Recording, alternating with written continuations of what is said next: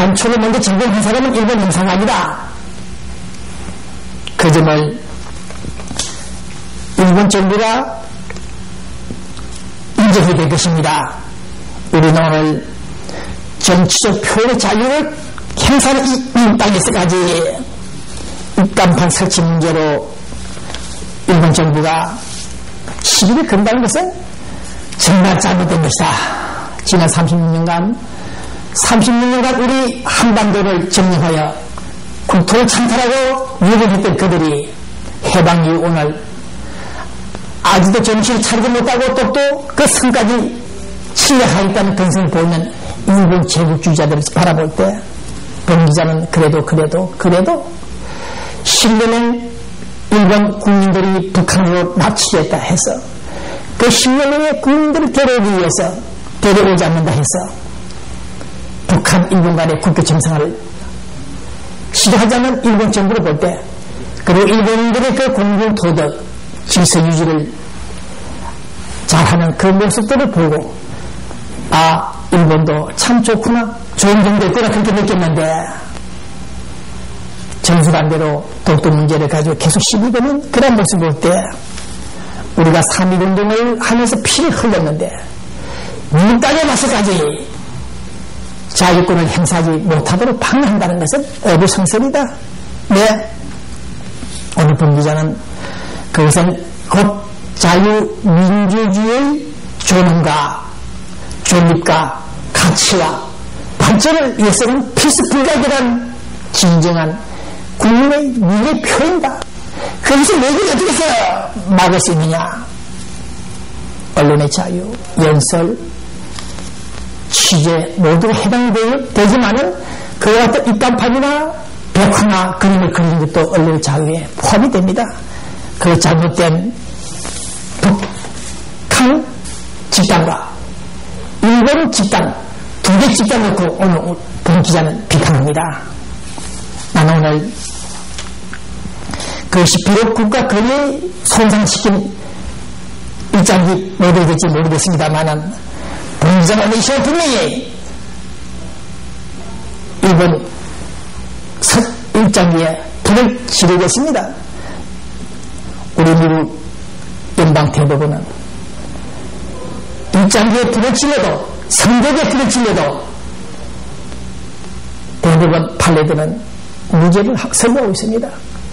1968년 9년 베트남 전쟁을 반대했다는 이유로 구속시킨 학생들, 전문들 베트남전에 참전하라는 징집 소집을 받고도 불을 태우고 소각했고 또 그는 완장을 팔에 차고 베트남 전쟁을 반대했다. 그런 이유로 구속되고 재판을 해보겠습니다만은 모조리 헌법 위반이다. 국내 표현 자유를 침해한 것이다. 그렇게 연방대법원은 판례를 남기고 있습니다. 오늘 본 기자는 특히 1980 몇 년입니까? 1989년도 성조기를 불태운 사건에 관련해서 처벌을 받을 수 있는 국민에 대해서 연방대법원은 또다시 그와 같은 판결을 했습니다. 성조기를 불태울 수 있다. 처벌할 수 없다. 이행이다. 그렇게 나왔습니다. 그래서 오늘 본 기자는 일본 정부가 빼앗긴 들여도 돈이 왔는가?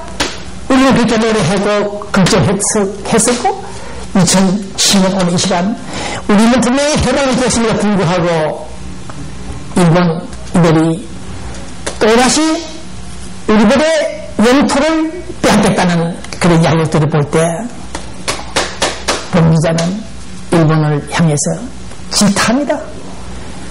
일장기를 불태우고 오죽되게 하고 비난하고 훼손하고 오죽되게 하고 불리하게 하더라도 본 기자가 법적 선항이더라도 일본을 향해서 모스크바의 잘못된 인간들을 향해서 그 집단을 향해서 오늘 본 기자는 항변합니다.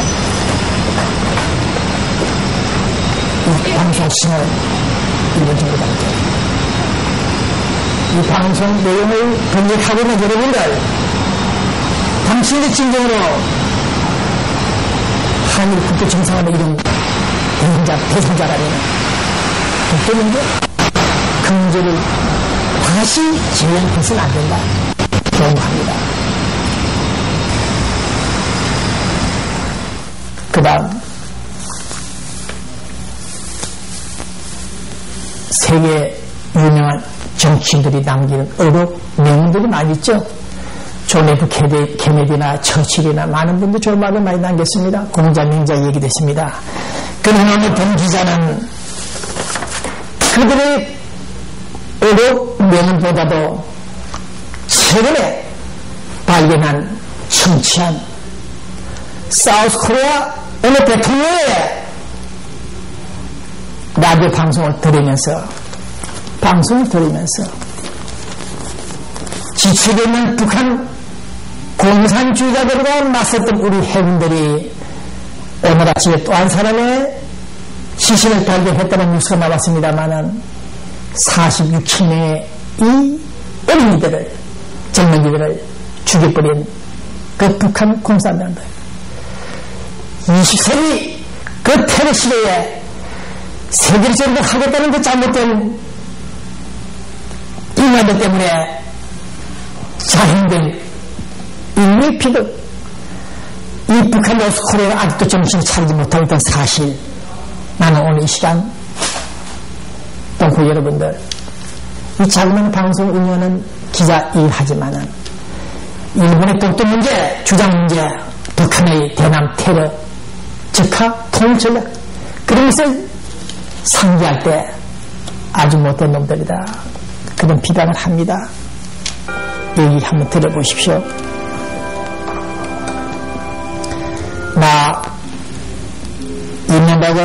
이명박 대통령은 천안함 침몰 원인을 끝까지 낱낱이 밝혀내겠다. 그 결과에 대한 조치는 한치 흔들림 없이 당연히 개최할 것이다. 더욱이 그런 말씀을 했군요.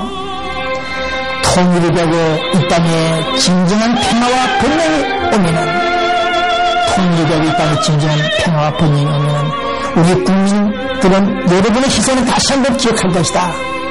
당신들이 사랑했던 조국은 여러분을 결코 영원히 잊지 않을 것이다. 천안함 희생장면 추모 연설에서 그렇게 강조했던 이명박 대통령 이창기 원사 최한로 상사 남길 상사 이름을 부리면서 편히쉬라고 대통령이 명령한다. 편히 쉬기를 바란다. 명령한다. 국군 통수권자가 남긴 이 의뢰를 들으면서 본 기자는 작은 도시가 모인 그 한반도 작은 도시에서 일어나고 있는 사건들에 대해서 정말 안타까운 마음을 금치 못하는다는 사실을 전달합니다. 오늘 이명박 대통령이 오늘 아침에 뉴스가 막 나왔습니다. 본 기자가 지난주에 수차례 강조했죠. 우리 대한민국 국방부를 해체할 정도로 흥명해야 된다. 조직을 개편해야 된다. 매스를 가야 된다고 제가 주장했죠. 안 된다. 본 기자가 30년간 특히 국방부 장성들에 대해 태도들을 볼 때 이건 국방을 책임자들이 아니다. 일부가. 그래서 정부는 국가는 매스를 칼을 들고 쳐야 된다. 그랬던 바 오늘 아침 뉴스가 나왔습니다. 이제야 이명박 대통령이 국방부 전군에 대해서 전방적인 조직을 가관하게 정비하겠다. 때려고치겠다 나왔습니다. 서해오도 국방 서해함대에서 지역에도 전력 증강하겠다는 조치를 취하고 있다는 뉴스가 나왔습니다. 만시지탄 감이 없지 않습니다만 하루속에 국방반에 들어앉아있는 무능한 자들, 좌파적인 자들, 작전 경력도 모르는 그 무식한 자들 모조리 쏟아내야 된다. 퇴조시켜라.